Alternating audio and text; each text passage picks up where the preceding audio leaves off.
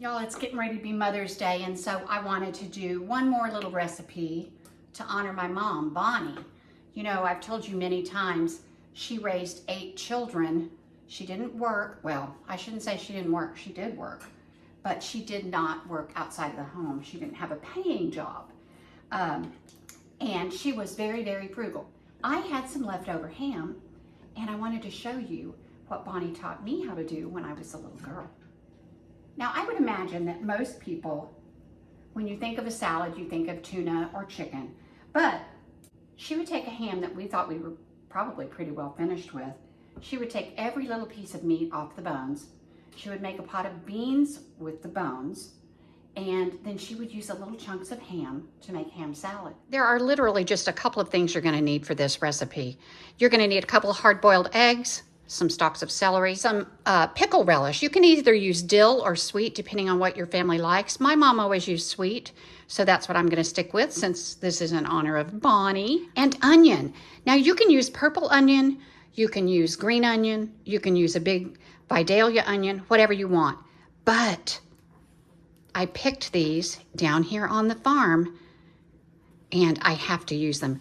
These are a wild garlic onion. Look how long they are. They're about 2 feet tall. So let me show you about these before we go on with our ham salad. Every part of this is edible, including these beautiful little blossom ends right here. You can put the little flowers in salads. Look how cute those are. Pretty little white flowers. And then these, let me find some big ones. These little things on the end are like the seed pods, but you can chop those up and they taste a lot like an oniony garlic. And then I want to show you that these are so very much like a green onion in that there's a bulb at the bottom, and then it's got these long greens that you can use just like you would use chives. And then the stem, where the blossom end grows from, this is really, really strong. It's not flat like the leaf. It's round, and the inside of it is not hollow. It's solid. So it's almost crunchy. It snaps. So when you chop this up to use it like on the top of a baked potato or in a salad, you actually get a crunch factor. So I'm going to use all of these in my ham salad, every little part of this. Y'all, I just love foraging.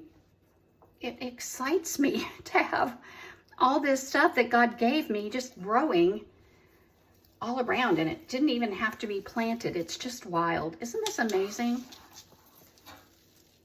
I love these. They're gorgeous. And you just would not believe the fragrance. Oh, they smell so good. Beautiful. Now, when my mom made this, of course, it was 100 years ago when I was a little girl, and we did not have a food processor. That's what I'm going to chop my ham up with. She had an old crank food mill that she would put on the counter, clamp it on, and my sisters and I would have to grind the ham. I shouldn't say have to. It was work for us, but we kind of enjoyed it. One of us would feed the ham chunks in, the other would grind to make the ham small enough that it could be used for a salad.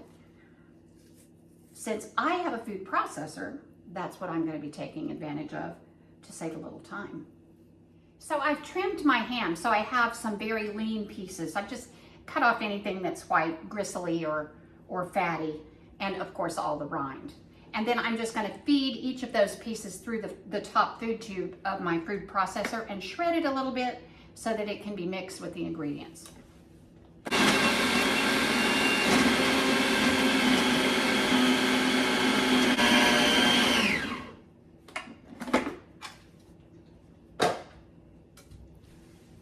This is essentially what you're going to end up with. You kind of want it to actually look a little bit like rough chopped ground beef. I'm going to cut each celery stalk into about 4 long strips. I want the crunchy things to be kind of small, but I do want a lot of crunchy things. Joel loves crunch in almost any kind of salads. And when you're trying to get more vegetables in things. I know a lot of people, even us, we're trying to eat more plant-based meals. So I do love having protein. I'm a protein girl. I am a meat eater for sure. But you can adjust the proportions. You can do mostly veggies and a little bit of meat, or half and half. So I guess I'd probably have maybe 5 short stalks of celery. And my beautiful onions, you guys. These are so amazing. And like I told you, I'm going to use every bit of these. Let me grab a pair of scissors because these are so long. They're actually kind of hard to maneuver on a little cutting board. But look, like even these little seed pods at the tip, oh, they're so delicious. Okay, here we go. Then I'm just going to split the bulb a little bit at the bottom.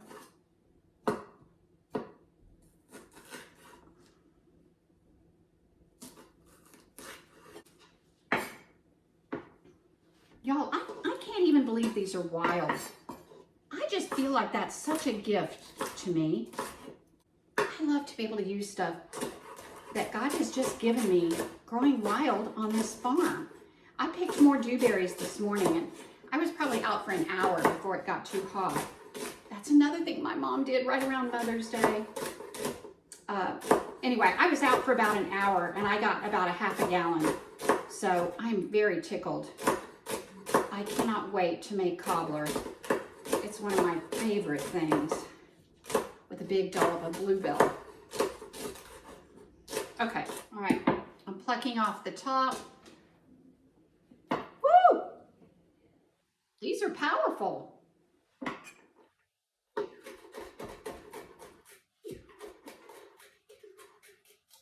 And the flavor is a little bit different. It's definitely onion, but it's got just a hint of garlic to it. So it's like a garlic onion. It's very unique, and they'll be gone in a week or two. There won't be any left, so I'm just enjoying them.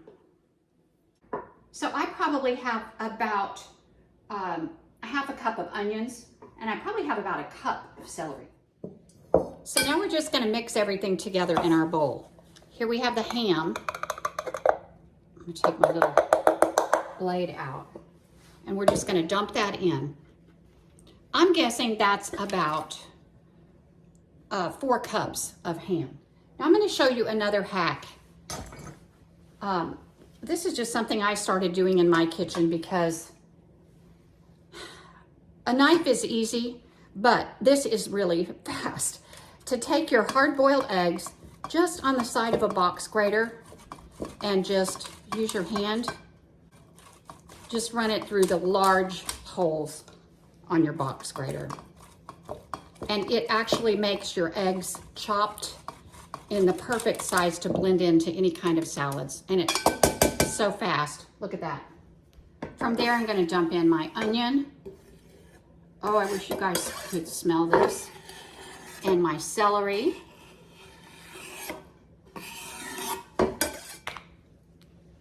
And a couple of good squirts of pickle relish. Quite a bit. Now, in honor of Bonnie, I'm going to put in some Miracle Whip.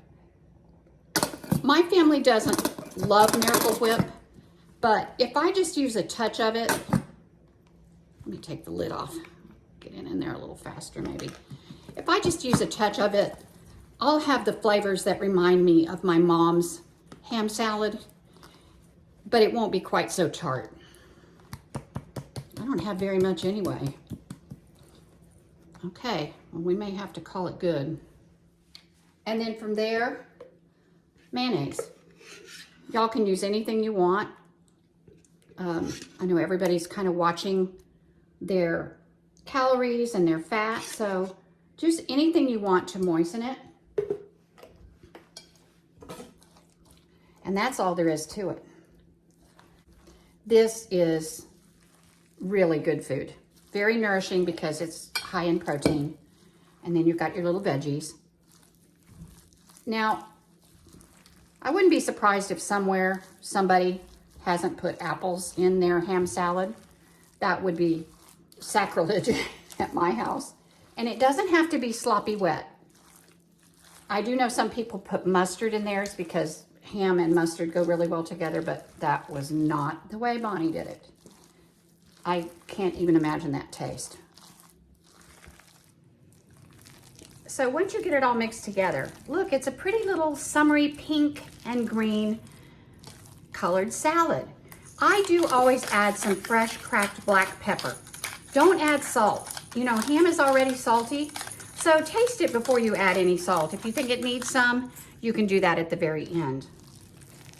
So just a little bit of fresh cracked black pepper, mix it up, and you're ready to serve.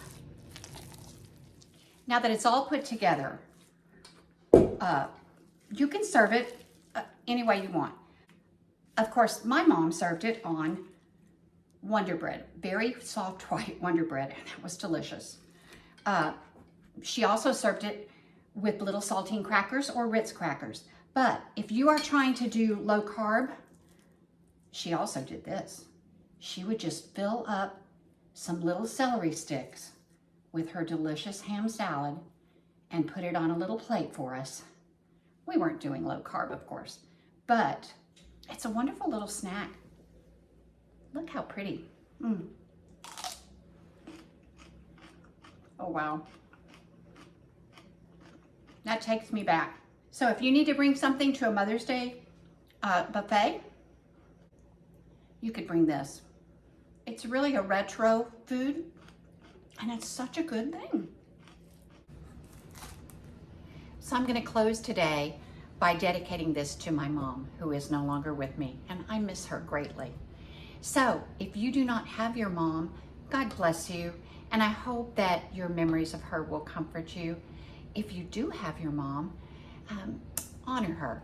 It doesn't mean you have to even get her a gift, but just spend time with her. Go have lunch with her, and if you can't do that, then scoop her up one day later and go maybe have a cup of coffee with her and just have a sweet conversation.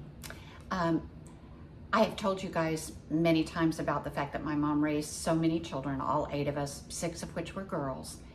But what I haven't told you is how many sacrifices that she made, and some of them were very obvious even to other people. I will tell you that because of my mom, we were all in church every Sunday unless we were dying. My dad even insisted that we go to church even though he did not attend. He would come occasionally, like on a Christmas or Easter once in a while. But the burden of getting all of us kids up and out the door on Sundays fell on my mom. But she did make sure that all of us were spit, spot, polished, and shined. Our clothes might be old, but we looked lovely. We were cute little girls, and my mom took great joy in sitting on the front row of the church with all of us on Sundays. And I will tell you that now as an adult, I recognize even more the sacrifices that she made. And they were very humbling things. Many's the time I remember her getting up and going up to take communion, and she would kneel down and the bottoms of her shoes would be there for everyone to see. And it wasn't unusual that they would have holes in them, and her hose would have runners up them. And she would be wearing the same dress that people had seen her in for years and years. But it did not matter. She had such humility and such grace. And because of that, each one of her children have a relationship with Jesus Christ. We know him. And we also know that even if we can't see her this Mother's Day, there will be a Mother's Day that we get to be together again. And that is a great heritage. I just want to thank her for those things. I honor her so much. And I treasure the wonderful things that she taught me with her hands and from her kitchen.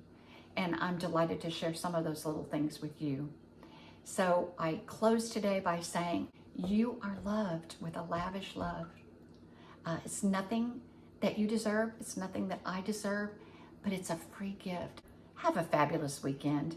And remember, see the good and be the good. I love you very much.